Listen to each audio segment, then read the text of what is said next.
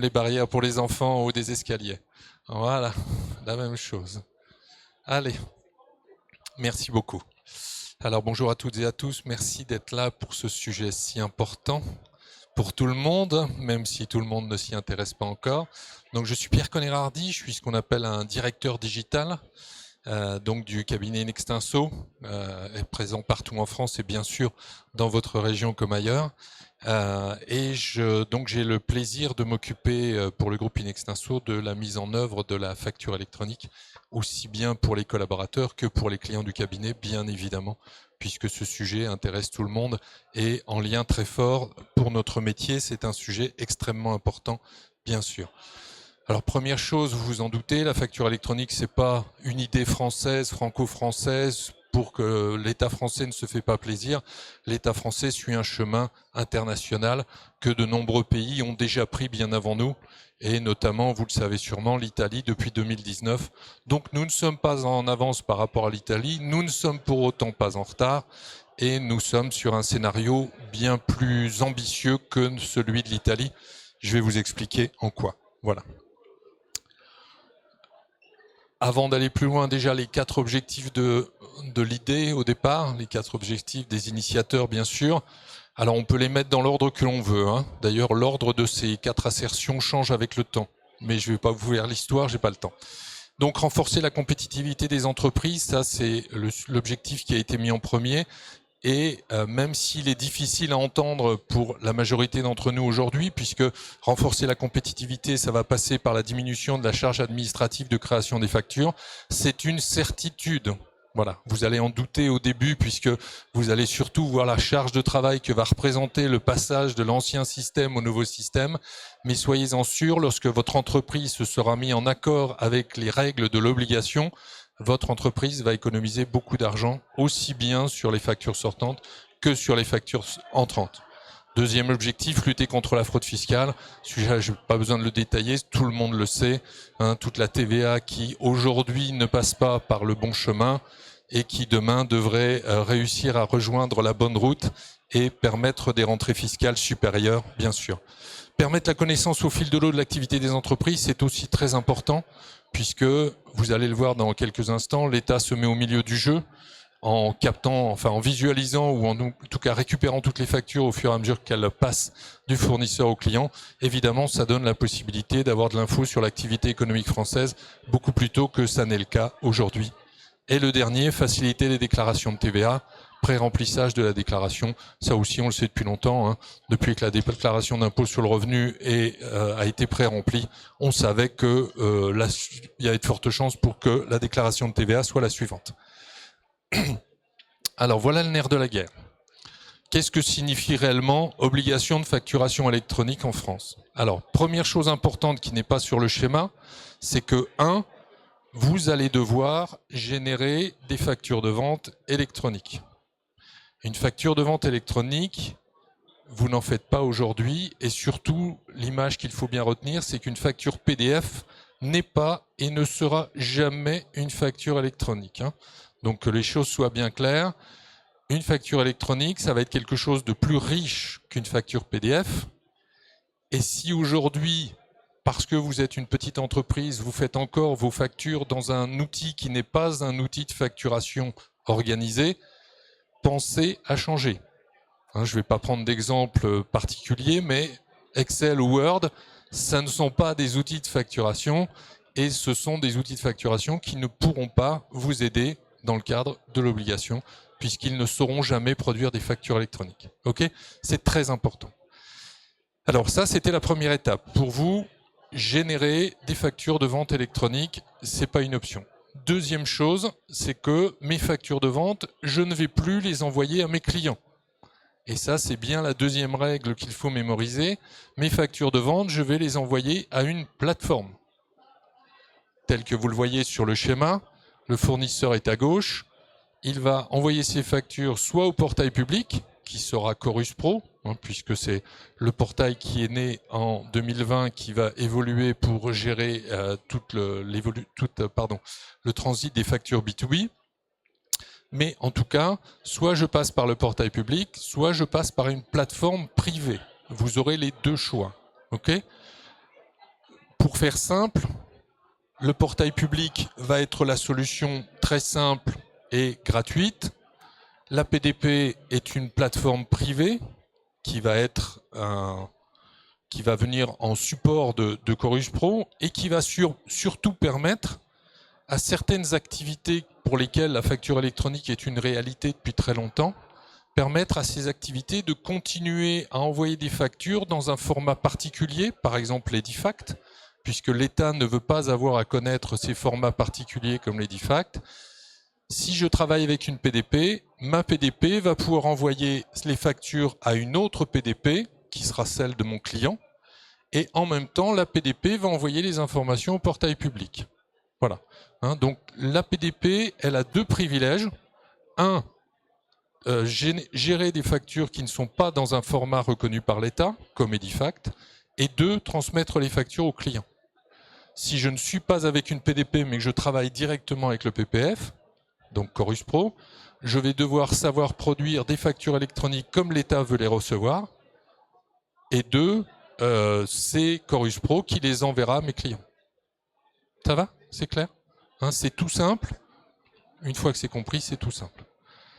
Donc, ce qui veut dire qu'un certain nombre d'acteurs, les PDP que je viens d'évoquer, les OD qui sont des opérateurs de dématérialisation, c'est-à-dire que vous êtes une entreprise, vous allez produire des factures électroniques, vous allez pouvoir, même si vous souhaitez travailler avec Chorus Pro, vous faire accompagner à la fois dans la transmission de vos factures de vente, mais également dans la récupération de vos factures d'achat, puisque évidemment vous allez être acheteur en même temps.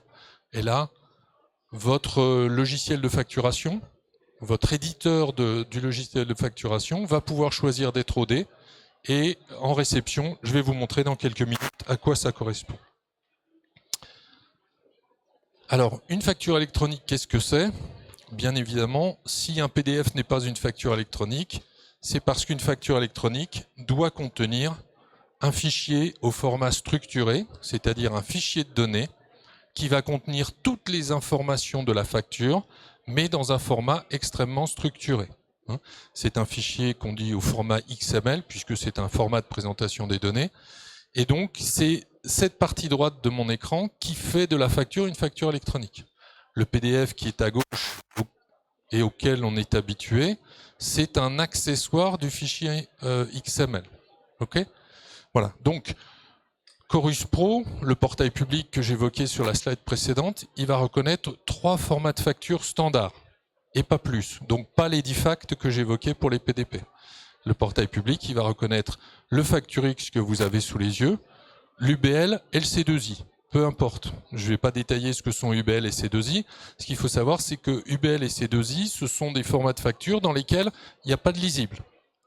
Nativement, il n'y a pas de visible tel que le PDF. C'est pour ça que tout le monde aujourd'hui se rue sur le FactureX, d'ailleurs à l'initiative de la DGFiP et de l'AIFE, puisque quand le Chorus Pro B2G est né en 2018, 2019, 2020, FactureX a été mis en avant, et donc tout le monde a décidé de faire du FactureX. Donc si demain vous utilisez, ou si aujourd'hui ou demain vous utilisez un vrai logiciel de facturation, il y a fort à parier pour qu'il produise du FactureX nativement. Voilà, donc ça c'est la question qu'il faut poser d'abord à votre fournisseur de logiciels de facturation ou à votre fournisseur d'ERP, peu importe. Est-ce que mes factures seront au format FactureX avant le début de l'obligation? Si la réponse est négative, il faut vous interroger sur l'adéquation de votre système à votre besoin. Ok?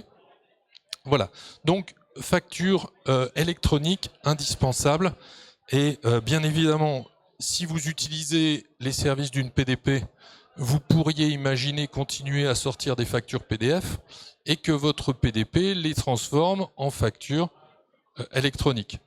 Mais je pense qu'il est plus intelligent aujourd'hui, et tant qu'à monter une marche, autant bien la monter, il vaut mieux trouver une solution de facturation qui produit nativement du FactureX.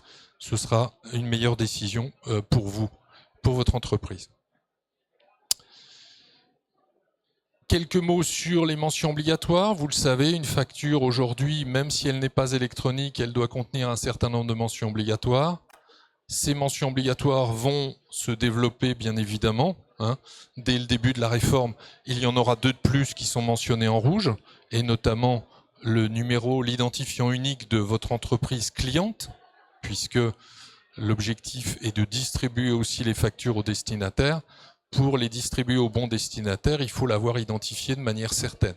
Et évidemment, donc, nouveauté de la facture, le SIRAN ou le SIRET de votre client doit apparaître sur cette facture. OK ? Élément très important.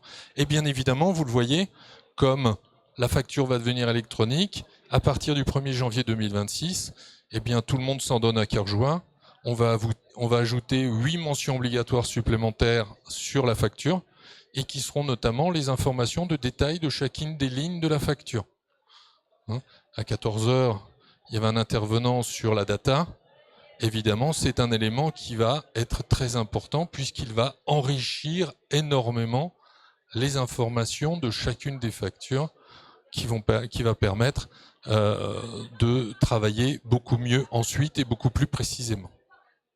Voilà, donc les mentions obligatoires, tout cela pour dire que faire ces factures de manière un petit peu amateur, c'est une idée à laquelle il faut renoncer, hein, absolument. Ce ne serait que reculer pour mieux sauter. Juste une dernière petite slide rigolote, je plaisante bien sûr, pour vous décrire rapidement que cette obligation de facturation électronique, la réduire au simple transport de factures dans des tuyaux Internet de l'émetteur vers le destinataire, ce serait beaucoup trop réducteur. Ça va être un mécanisme quand même complexe qui va passer par un certain nombre d'étapes. On part du haut à gauche avec le fournisseur qui va préparer une facture, qui va la déposer, sa facture va être émise par sa plateforme va aller chercher la plateforme du destinataire pour qu'elle soit reçue, et vous voyez qu'immédiatement j'ai un petit carré à droite qui s'appelle rejeter. La facture va devenir tellement riche et tellement expressive par son contenu structuré que le système informatique de la plateforme de destination va pouvoir d'elle-même, sans aucune intervention humaine, dire ta facture, il manque des trucs dedans, c'est pas clair, c'est pas conforme, il manque une information, et renvoyer la facture à l'expéditeur. D'accord ? Donc là encore, l'outil qui va produire vos factures et qui va transmettre vos factures, il doit être adapté et cohérent. Parce qu'un rejet tous les 2 mois, c'est pas grave. Un rejet tous les 2 jours, c'est beaucoup moins drôle à gérer, bien sûr. Si elle n'est pas rejetée, donc elle va être mise à disposition du client, prise en charge, et une nouvelle notion apparaît dans le cadre de l'obligation, c'est le refus. C'est-à-dire que moi, acheteur, destinataire de la facture, je vais pouvoir dire celle-là, elle ne correspond pas à ce que j'attendais, le prix n'est pas correct, la quantité n'est pas celle qui m'a été livrée, tous les motifs, enfin il y a plusieurs motifs qui vont être disponibles. Voilà, donc, et ce qui veut dire que... Attention, s'il vous plaît, le propriétaire de la Fiat 500 noire, C'est pas moi. F097 DB. C'est personne, c'est pas nous, merci. J'attendais pour voir si elle l'a rejoué, parce que souvent elle la... Non, elle la rejoue pas. Ouais, c'est ça. Ça sera plus drôle. Voilà, donc le destinataire va pouvoir la refuser, donc avant même qu'elle n'entre dans son système comptable. Pour information, c'est important, c'est-à-dire que si moi, destinataire, je refuse une facture, je ne l'enregistre pas dans ma comptabilité. Je la renvoie à l'expéditeur. Et il y a un dernier motif ici qui est encaissé, qui est important aussi, puisque la TVA sur encaissement ne disparaît pas avec l'obligation de facturation électronique. Donc si vous facturez des prestations de services, la TVA qui est mentionnée sur votre facture n'est due à l'État que lorsque vous avez encaissé l'argent. Et donc il va falloir bien sûr aussi dire à l'État, j'ai été payé par mon client, l'argent est sur mon compte, donc la facture, la TVA qui est mentionnée sur cette facture peut être imputée sur ma déclaration de TVA. Voilà. Donc ça va être un système, malgré tout, avec un certain nombre d'étapes, avec un certain nombre de flux qui vont circuler et qui vont donner de l'info aux différents acteurs de la facture. Parce que vous, en tant que vendeur, le fait que votre client paye, vous aurez l'information qu'il paye et vous devrez informer l'État que vous avez été payé ou en tout cas que vous avez encaissé l'argent. Voilà. Tout cela, ce sont des étapes importantes, nouvelles, et voilà, c'est bien supplémentaire à l'envoi de la facture en elle-même. Calendrier extrêmement important, vous le connaissez je pense, parce qu'en général c'est souvent la seule chose que les gens connaissent vraiment et le seul sujet auquel ils se sont intéressés, puisque la date fatidique ça fait peur à tout le monde. Donc pour ce qui concerne l'émission des factures, les entreprises françaises vont y aller en 3 temps. Les grandes d'abord, les entreprises de taille intermédiaire ensuite, et toutes les PME, TPE avant le 1er janvier 2026. Donc en matière d'émission de factures, vous n'êtes dans l'obligation de respecter l'obligation que à partir du 1er janvier 2026. Mais soyez gentils, enregistrez dans votre tête mars 2025. Okay ? Préparez-vous à changer votre système de facturation au plus tard courant 2025 et pas le 15 décembre 2025. Je pense que je n'ai pas besoin de vous faire un dessin. Voilà. Donc 1er juillet 2024, les grandes entreprises, donc pour ne pas les nommer, hein, Orange, Engie, tout ce qui est téléphonie, tout ce qui est énergie, ces gens-là vont être dans l'obligation de vous transmettre leurs factures via une plateforme. Ça veut dire que je ne recevrai bien sûr plus aucune facture de ces gens-là sous enveloppe timbrée, et je ne recevrai plus aucune facture de ces gens-là en pièce jointe d'un mail, et je ne pourrai plus aller chercher les factures de ces gens-là sur leur site internet.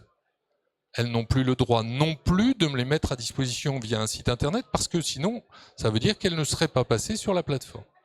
Okay ?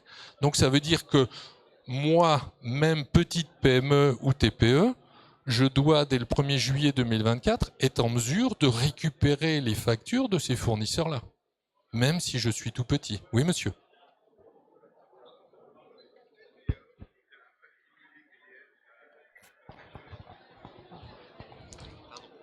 Merci. Oui, la non-diffusion de la facture sur le site du fournisseur, c'est valable pour le XML. Non. Est-ce que les facsimilés type PDF seront quand même dispo? Alors, quel intérêt aurait Orange, alors qu'il est dans l'obligation de vous fournir une facture électronique via la plateforme, quel intérêt aurait-il à conserver le facsimilé sur le site? En fait, c'est Je comprends. À visée interne sur des services qui ne sont pas de la comptabilité, qui aiment bien archiver les différents flux avec différents fournisseurs et qui ont fait toujours travailler comme ça. Et on va avoir du mal à... Ah mais je vous laisse finir parce que je sens le vécu et je sais bien que ça ne va pas être que votre cas à vous. Hein. J'ai rencontré un client du groupe récemment qui me disait « Moi, je continuerai à les imprimer, à les mettre dans des classeurs. » Puisque c'est sûr que se libérer du passé va prendre un certain temps, oui, c'est certain. Comme les mails.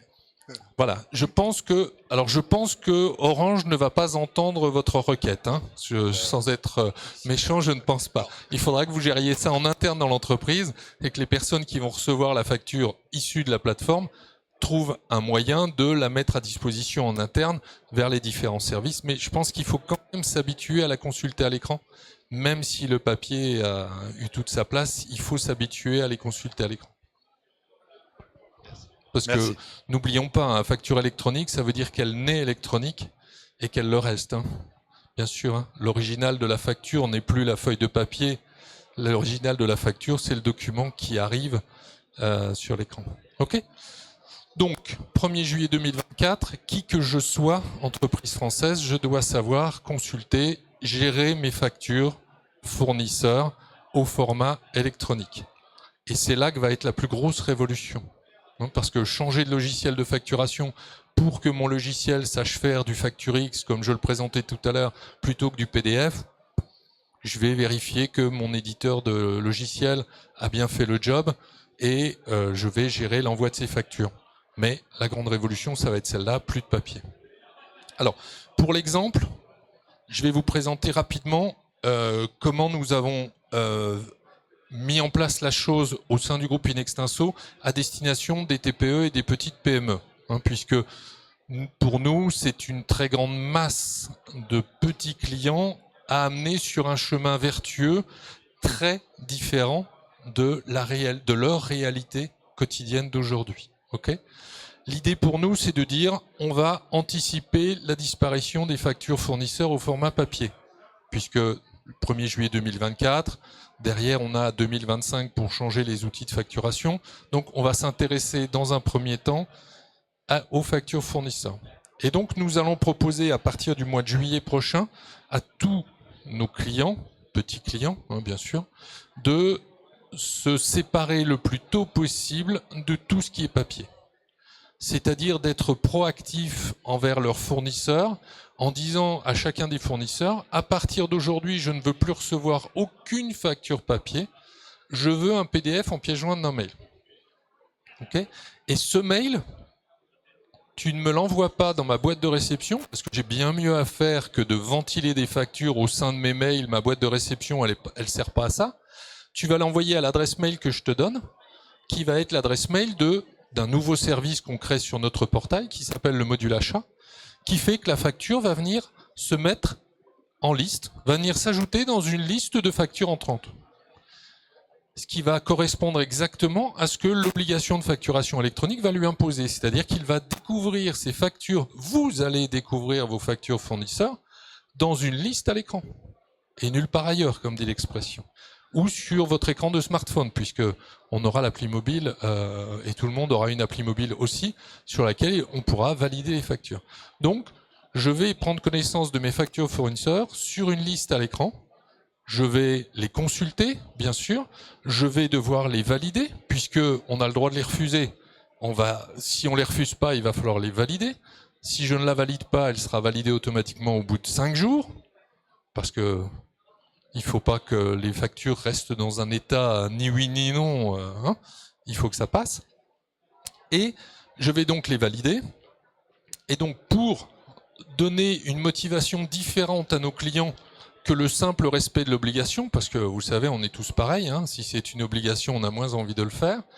Et donc dans ce module achat, on va amener des outils qui font que on va proposer à nos clients de gérer leurs relations fournisseurs, en tout cas de factures fournisseurs, dans cette interface.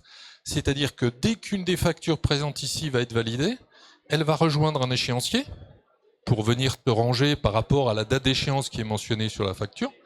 Et on va mettre à disposition de nos clients également des outils de paiement pour dire le jour où mes factures arrivent à échéance, je vais pouvoir les sélectionner, en prendre tout ou partie, puisque c'est toujours, ça reste mon choix. L'obligation, n'oubliez pas, l'obligation de facturation électronique n'entraîne pas l'obligation de respecter les dates de règlement qui ont été prévues.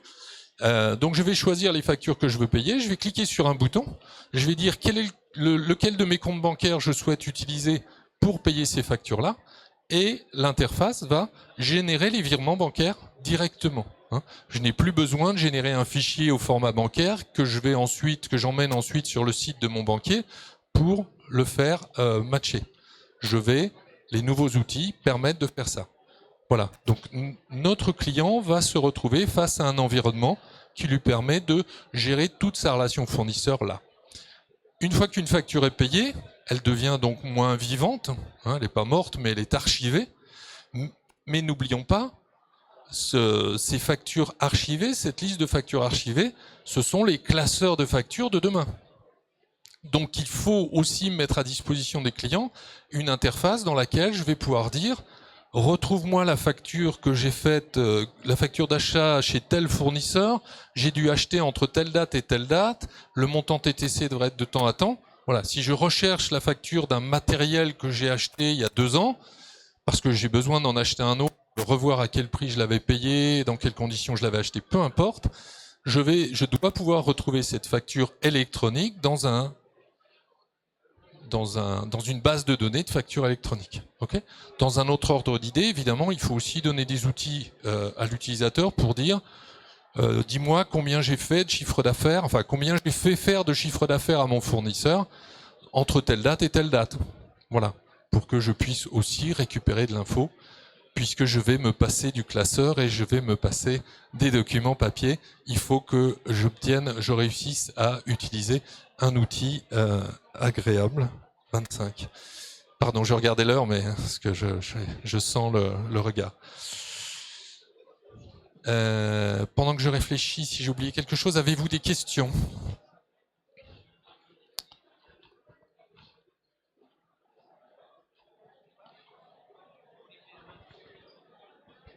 Alors, pour les entreprises de taille supérieure, évidemment, la réflexion, elle doit se faire bien en amont. Elle doit se faire sur toute l'organisation actuelle de votre entreprise. Hein, je croise des situations extrêmement diverses, des ERP qui ne gèrent pas toute la chaîne depuis le bon de commande jusqu'à la facture. Ensuite, merci, je finis vite, hein, c'est promis. Voilà, il faut absolument remettre en cause aujourd'hui la totalité de votre système de gestion.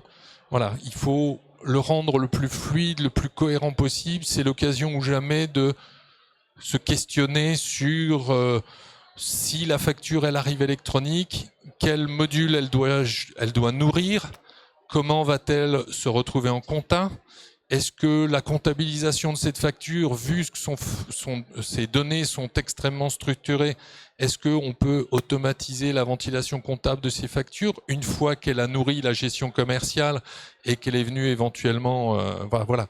Il faut prendre le temps de se poser toutes ces questions pour profiter de l'obligation de facturation électronique, pour mettre en place ou pour adapter ou pour remettre en place une nouvelle organisation de la gestion de l'entreprise. C'est extrêmement important. Oui, monsieur.